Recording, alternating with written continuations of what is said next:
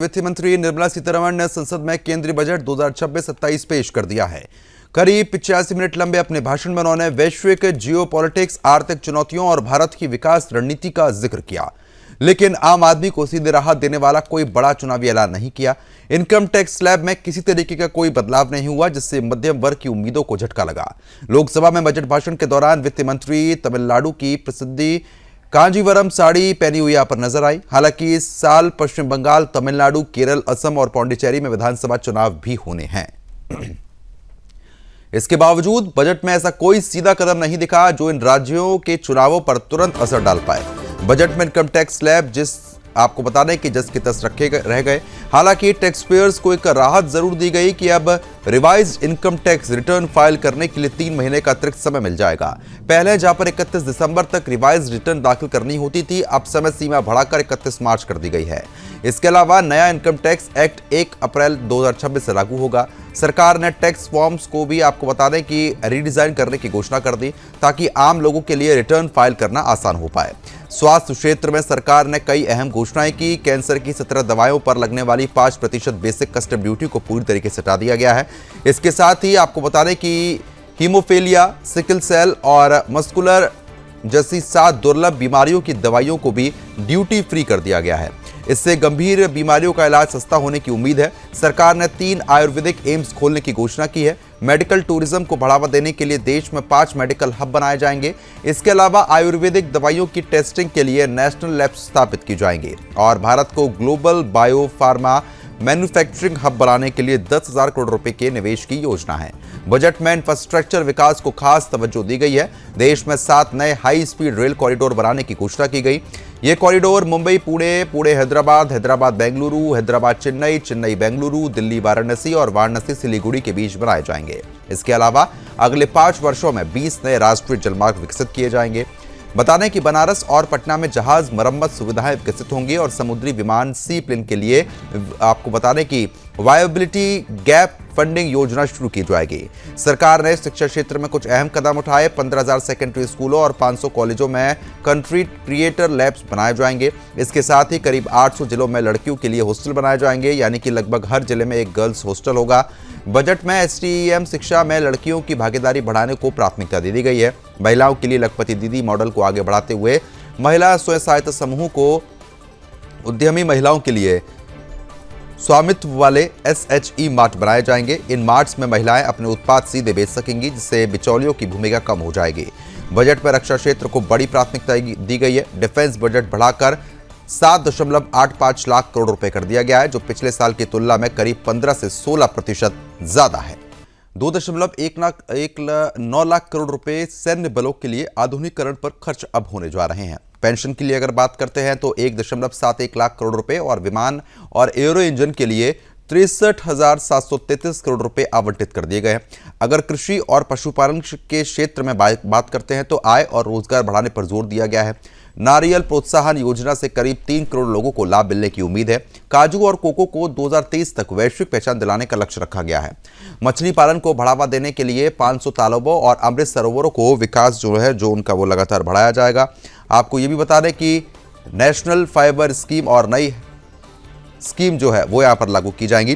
फिलहाल आपको बता दें कि निर्मला सीतारमण प्रेस कॉन्फ्रेंस कर रही हैं, वो आपको सुनवाते हैं। Banking for 2047. We need, by the time we become a Vikasit Bharat, 2047 is our goal. We need to understand what are the other steps that we need to take in the banking area, and based on the recommendations, we'll go forward. But we have the Secretary, Department of Financial Services. We'll ask him to also give us, please. Ma'am, I think you have rightly responded. There are large number of aspects relating to the banking requirement. For example, the credit to the GDP, commercial credit to the GDP ratio low, and the expansion of the banking network, and what kind of procedure currently we have that is impeding both the deposits as well as credit. All those aspects will be looked at by an expert panel committee, and well, we will definitely have TOR, and then also consult the all the stakeholders, and the government will take a view on how to lay strong foundation for 2047 Viksit Bharat. Ma'am, one more question. 229. Left side, yes.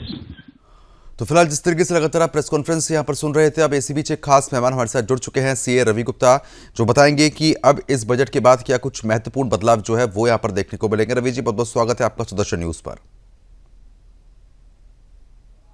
Budget में sir काफी सारे changes introduce हुए हैं। वित्त मंत्री जी ने कई सारे प्रपोजल्स इसमें पेश किए हैं। इनकम टैक्स से रिलेटेड कस्टम ड्यूटीज को कम किया गया है। इंफ्रास्ट्रक्चर पे महिलाओं से संबंधित जो है हर एक जिले में हॉस्टल बनाने की बात कही है, लेकिन स्टॉक मार्केट ने इसको नेगेटिव लिया है। और इसी बीच सीए रवि लगातार हमारे साथ बने हुए हैं। रवि जी, क्योंकि जिस तरीके से आप लगातार बता रहे हैं कि बजट तो पेश हुआ, लेकिन उसके बाद कहीं ना कहीं कुछ गिरावटें भी यहाँ पर लगातार देखने को मिली हैं, कितना बड़ा इंपैक्ट इसका पड़ेगा?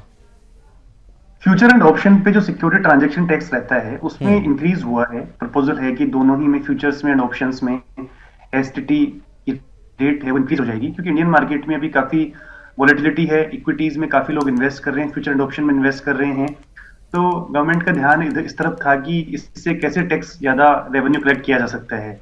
तो उसका एक नेगेटिव इंपैक्ट, एडवर्स इंपैक्ट देखने को मिला है और करेक्शन आया है मार्केट में। मार्केट आज डाउन रहा है, क्रैश हुआ है, क्योंकि एसटीटी बढ़ गया है। लेकिन ओवरऑल मुझे लगता है कि बजट में काफी सारे जो चेंजेस हैं वो पाथ में होंगे अपने इंडिया के लिए, डेवलपमेंट के लिए, इंफ्रास्ट्रक्चर डेवलपमेंट के लिए। काफी इस बार भी फोकस थी गवर्नमेंट, और विमेंस को लेके हर एक डिस्ट्रिक्ट में, 800 डिस्ट्रिक्ट्स में इंडिया के नए हॉस्टल्स बनाए जाएंगे। कस्टम्स ड्यूटी जो कि इंपोर्ट से रिलेटेड मेडिसिन हैं उन पे कम की गई हैं। अदर प्रोडक्ट्स पे भी रैशनलाइज किया गया है ड्यूटी को। तो ओवरऑल ये देखा गया, मतलब ये हम समझ सकते हैं कि ये ना कि स्टेट्स पे जो इलेक्शन होने वाले हैं उस पे फोकस ना करके, और इंडिया की ग्रोथ कैसे हो सकती है, 2047 का जो इंडिया का सपना है डेवलप्ड इकोनॉमी का, वो कैसे पूरा किया जा सकता है, उसको ध्यान में रख के बजट बनाया गया है। इनकम टैक्स में भी रेट्स में थोड़े बदलाव हुए हैं, जिसमें लेकिन आम आदमी को कहीं ना कहीं टैक्स स्लैब में थोड़ी उम्मीद थी, उसमें कोई ज्यादा खास बदलाव तो है ही नहीं। उसमें ज्यादा बदलाव नहीं हुआ, क्योंकि लास्ट ईयर ही जो इनकम टैक्स में बदलाव हो गया था। तो इस बार बहुत ज्यादा उम्मीद भी नहीं की जा रही थी कि इनकम टैक्स में बहुत ज्यादा बदलाव देखने को मिलेगा, क्योंकि लास्ट ईयर में काफी चेंजेस अच्छे किए जा चुके हैं। सर्विस टैक्स, जो central goods and services tax act है, सीजीएसटी एक्ट है, उसमें कुछ प्रोविजंस थे जिनका जीएसटी काउंसिल ऑलरेडी रिकमेंड कर चुकी थी, बट क्योंकि उनमें एक्ट में चेंजेस होना था, और एक्ट में चेंजेस केवल पार्लियामेंट और स्टेट असेंबलीज ही कर सकती हैं, तो उसमें भी 4-5 प्रोविजंस को अमेंड करने के लिए इसमें प्रपोजल है, जिससे कि इंडियन जो एक्सपोर्टर्स हैं, तो कोई लेक्यूनास थे लॉ में, जिसकी वजह से Indian exporters foreign currency receive करने के बावजूद भी जीएसटी का रिफंड नहीं ले पा रहे थे, और वो कॉम्पिटिटिव मार्केट में अपना अच्छा परफॉर्म नहीं कर पा रहे थे। ठीक है रवि जी, क्योंकि जिस तरीके से एक सीए के तौर पर मैं आपसे समझना चाहूं, तो आप इस बजट को पूर्ण रूप से किस तरीके से देख पा रहे हैं? ओवरऑल एक समावेशी बजट है जिसमें पॉजिटिव चेंजेस किए गए हैं। लॉन्ग टर्म विजन के साथ में, ना कि पॉलिटिकल विजन के साथ में इस बजट को पेश किया गया है, और इंडियन ग्रोथ में एक माइलस्टोन रहेगा, इसमें कोई डाउट नहीं है। कई सारे changes, infrastructure, humans, social welfare schemes, ये सारी चीजें इसमें इनकॉर्पोरेट की गई हैं। और स्टॉक मार्केट भी एक शॉर्ट टर्म के लिए स्टॉक मार्केट में ये जो है नेगेटिव इंपैक्ट डाल रहा है, but overall performance stock market में भी अच्छी रहेगी, क्योंकि इंफ्रास्ट्रक्चर डेवलप होगा तो obviously Indian companies, Indian equity funds जो है अच्छा परफॉर्म करेंगे। तो अपकमिंग टाइम में, इन लॉन्ग रन में, it is going to be good budget, अच्छा बजट रहने वाला है। जो छोटे उद्योग होते हैं उनको बढ़ावा देने की हमेशा कोशिश होती है, चाहे मछली पालन को बढ़ावा देने के लिए 500 तालाबों और अमृत सरोवरों का विकास जो है उसका जिक्र यहाँ पर किया गया, हैंडलूम कारीगरों के लिए नेशनल फाइबर स्कीम और नई नेशनल हैंडलूम पॉलिसी यहाँ पर लाई जाएगी।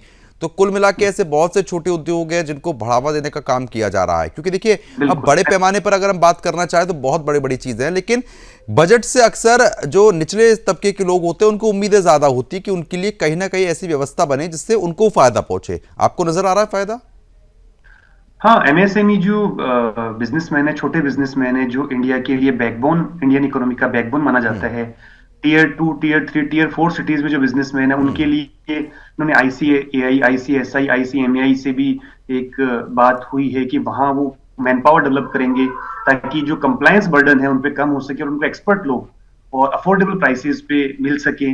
उससे related skilled man power provide करने के लिए ट्रेनिंग्स ऑर्गेनाइज की जाएंगी, और छोटे व्यापारियों के लिए, जो कृषक हैं, आम आदमी हैं, उनके लिए कस्टम्स ड्यूटी और जो आवश्यक रोजमर्रा की चीजें हैं, जरूरी सामान हैं, उनमें रेट्स कम होने से उनको भी लाभ मिलेगा।